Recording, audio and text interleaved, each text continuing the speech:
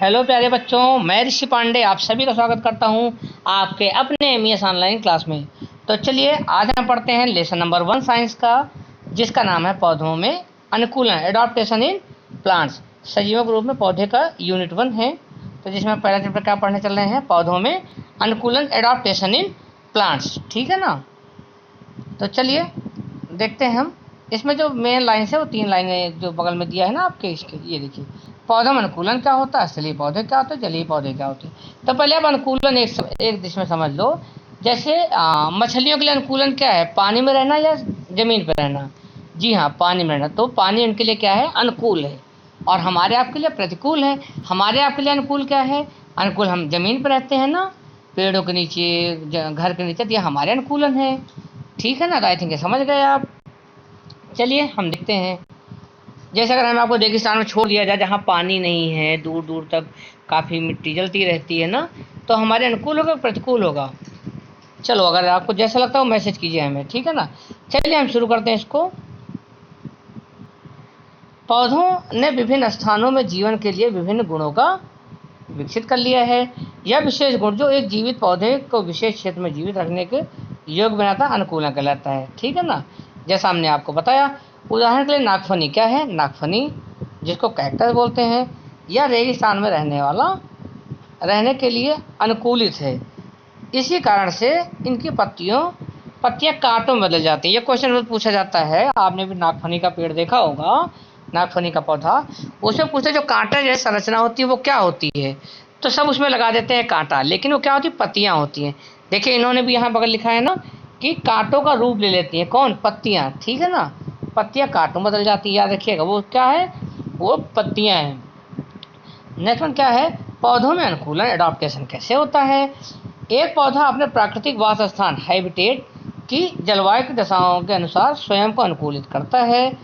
उस स्थान का तापमान, जलविष्ट मात्रा, सूर्य के प्रकाश की ग्रहणता और जल की उपलब्धता कुछ ऐसे कारक हैं जो पौधों द्वारा अनुकूलन विकसित करने के प्रभाव डालते हैं। अनुकूलन उन्हें विपरीत परिस्थितियों में भली भांति रहने में उनकी मदद करते हैं। प्राकृतिक वास स्थानों के अनुसार पौधों को 2 भागों में विभाजित या 2 वर्गों में विभाजित किया गया है। एक स्थलीय पौधे, दूसरा जलीय पौधे। स्थलीय पौधे जो जमीन पर होते हैं, जलीय पौधे जो जल में रहते हैं। अब स्थलीय पौधे देखो, वे पौधे देखो यहाँ क्या लिखा है, ठीक है ये तो लिखा है, तो आप जानते ही हो, देवदार पहाड़ी पे कमल, जल में चीड़, पहाड़ों पर नागफनी, रेगिस्तान में नारियल। ये आपको खुद लिखना, मैंने सर जी को बोला था जिन्होंने लिखा है इसको कि एक आध 2 क्वेश्चन बच्चों के लिए छोड़ के रखिए, वो खुद भी दिमाग दौड़ना है, खुद लिखें। तो चलिए असली पौधे में देखते, वे पौधे जमीन पर उगते हैं, असली पौधे या टेरेस्ट्रियल प्लांट कहे जाते हैं। उनके उगने की दशाओं के अनुसार वे विभिन्न प्रकार के होते हैं। नंबर 1 मैदानी क्षेत्रों के पौधे, नंबर 2 पहाड़ियों तथा पर्वतों के पौधे, नंबर 3 दलदल के पौधे, नंबर 4 रेगिस्तान के पौधे। ठीक है ना। फिर पहला क्या है, मैदानी क्षेत्रों के पौधे। कौन से, पहला है मैदानी क्षेत्रों के पौधे। तो मैदानी क्षेत्रों में गर्मियों में जलवायु गर्म और सर्दियों में ठंडी रहती है। जैसे अपने यहाँ गर्मी में गर्म ठंडा रहता है ना, ये वही मैदानी क्षेत्र में रहते हैं हम आप लोग। ठीक है ना। तो अपने से कोरिलेट करके देखिएगा, अपने यहाँ भी होता है ना, गर्मियों में जलवायु गर्म होती है और सर्दियों में ठंडी होती है। यहाँ पर उगने वाले पेड़ों की बहुत सी शाखाएं होती हैं, आम का, नीम का, बरगद। देखो ना आप, ये पेड़ पतझड़ ऋतु में अपनी पत्तियां गिरा देते हैं, गिरता है अपने यहाँ भी ना पत्तियां। इनमें बसंत ऋतु में नई पत्तियां आ जाती हैं, जैसे मेपल, बबूल का पेड़, बलूत का पेड़, भोजपत्र और बीच अपनी पत्तियां को सर्दी ऋतु में गिरा देते हैं, बसंत ऋतु में नई पत्तियां दिखाई देती हैं। ये पतझड़ पेड़ कहलाते हैं। पतझड़ पेड़ स्वयं को ठंडे मौसम में बचाने के लिए सर्दी की ऋतु में अपनी पत्तियां गिरा देते हैं। ठीक। फिर क्या है, सदाबहार पूरे वर्ष हरे भरे रहते हैं, इसीलिए इसका नाम सदाबहार है ना भाई।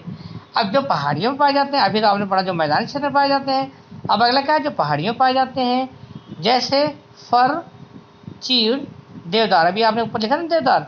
जैसे पहाड़ी इलाकों और पर्वतों पर उगते हैं, ऐसे स्थानों की जलवायु ठंडी होती है और बार बार अधिक बर्फ गिरती है। इसलिए इस क्षेत्र के पेड़ लंबे होंगे, क्या होंगे, लंबे होंगे, सीधे होंगे और शंक्वाकार वही कोन वाला, ऐसे आकार का, इसको शंकु आकार बोलेंगे। जो कि आप आइसक्रीम खाते हो ना, कोन वाली बोलते हो, कोन वाली आइसक्रीम दे दो, तो उसी आकार का होता है, जिससे बर्फ अगर इस पे गिरे तो आसानी से नीचे सरक जाए।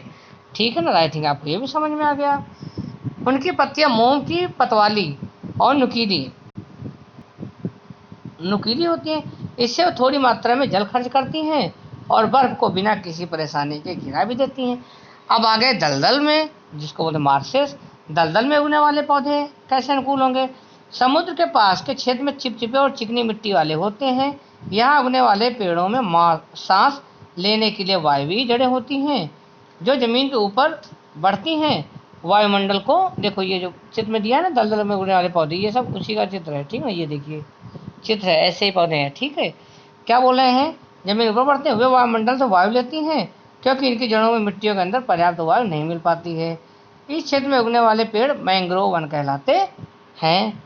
रेगिस्तान में पाए जाने वाले पौधे, तो हमने आपको कैक्टस बताए थे, नागफनी ना, वही इसमें भी देखो आप, जैसे नागफनी, खजूर का पेड़ ना, लंबा पेड़ खजूर का, कांटेदार नाशपाती, ठीक, रेगिस्तान में उगते हैं। जैसा कि हम जानते हैं कि रेगिस्तान में जल बहुत कम होता है, ये पौधे स्वयं को कम जल में जीने के लिए अनुकूल कर लेते हैं। इन पौधों की पत्तियां कांटों में जल जाती हैं, या फिर इनमें पत्तियां होती नहीं है। तना हरा होता है और प्रकाश संश्लेषण करता है, तथा पौधे के लिए जल और भोजन में संग्रहण भी करता है। इन पौधों में लंबा जड़ तंत्र होता है, जो जमीन में जल लेने के लिए गहराई तक चला जाता है। शाक प्रजाति के पौधे, ठीक, जो चित्र में दिया ना, शाक प्रजाति के हैं लोग, ठीक है ना। शाक प्रजाति के पौधे बहुलता में ऐसे स्थान पर पाए जाते हैं जो ना तो अधिक शुष्क हों और ना ही अधिक नम हो। उन्हें दूसरे वृक्षों की तरह अधिक जल की आवश्यकता नहीं होती। चावल, गेहूं, मक्का और बांस घास की श्रेणी के पौधे कुछ उदाहरण हैं। वे हमारे लिए कई तरह से उपयोगी हैं। वे जंतुओं और मनुष्यों के लिए भोजन उपलब्ध कराते हैं। बांस एक बहुत बड़ी घास है, जिसका प्रयोग चटाइयाँ, कुर्सियाँ, झोपड़ियाँ, टोकरियाँ आज बनाने में किया जाता है। बांस को कोट कर दीजिएगा, ठीक है ना, मतलब अंडरलाइन कर दीजिएगा। कई बार पूछा जाता है कि बांस क्या है, तो सब लगा देते हैं, कोई पेड़ बोल देता है, कोई पौधा, लेकिन बांस क्या है? घास है, घास का प्रकार है। बांस एक सबसे तेजी बढ़ने वाला पौधा है। यह एक दिन में लगभग 5 से 15 इंच तक बढ़ सकता है, या 120 फुट तक लंबा हो सकता है। ठीक है ना। विभिन्न प्रकार की घासों का प्रयोग अब विभिन्न तरह के कागज बनाने में किया जाता है। शाक प्रजाति के कुछ पौधों का प्रयोग दवाइयों में किया जाता है। शाक प्रजाति के पौधों की जड़ें मिट्टी के संरक्षण करने में मदद करती हैं, ये भी क्लियर हो गया। अपना भोजन स्वयं ना बना सकने वाले पौधे, कुकुरमुत्ता और फफूंद। क्या है कुकुरमुत्ता, जानते हो ना आप? कुकुरमुत्ता और फफूंद, ठीक, मोड़ से जिसको बोलते हैं। जैसे पौधे अपना भोजन स्वयं नहीं बना सकते, इसलिए वे मृत पौधों और जंतुओं में भोजन प्राप्त करते हैं। वे मृत पौधे और जंतुओं को पोषक तत्वों को सोख लेते हैं। ये पौधे कवक कहलाते हैं या फंजाई कहलाते हैं, ठीक ना। फंगी मत बोले, फंगी भी कभी बोला जाता है, लेकिन फंजाई सही, ठीक है ना। जलीय पौधे क्या है? Aquatic plant. क्या है? Aquatic plant. जलीय पौधे क्या है? आश्चर्यजनक रूप से स्वयं को जल में रहने के लिए अनुकूलित कर लेते हैं। इन पौधों को पुनः 3 भागों में विभाजित किया जा सकता है: मुक्त तैरने वाले, स्थिर तैरने वाले और जल के अंदर रहने वाले, ठीक है ना। मुक्त तैरने वाले पौधे कौन है? डकवीड क्या है? डकवीड है। वाटर लेट्यूस है। और जलकुंभी तो आपने देखा होगा ना, वाटर हिंचिट्स है, ठीक है ना। कुछ मुक्त तैरने वाले पौधे हैं। इनके अधिकांश का फसानिक जड़ तंत्र होता है, लेकिन वे जल में तल में स्थिर नहीं रहते हैं। इनकी जड़ें जल की तरह सतह के ठीक नीचे तैरती हैं। इन पौधों में तैरने वाली पत्तियां होती हैं, जो कार्बन डाइऑक्साइड तथा सूर्य के प्रकाश की उपस्थिति में प्रकाश संश्लेषण करती हैं। पौधों की ऊपरी सतह में क्लोरोफिल पाया जाता है। क्या पाया जाता है? क्लोरोफिल, क्योंकि केवल यही हिस्सा सूर्य के प्रकाश में होता है। मुक्त तैरने वाले पौधे हल्के होंगे, क्या होंगे? तभी तैर सकते हैं ना, हल्के होंगे।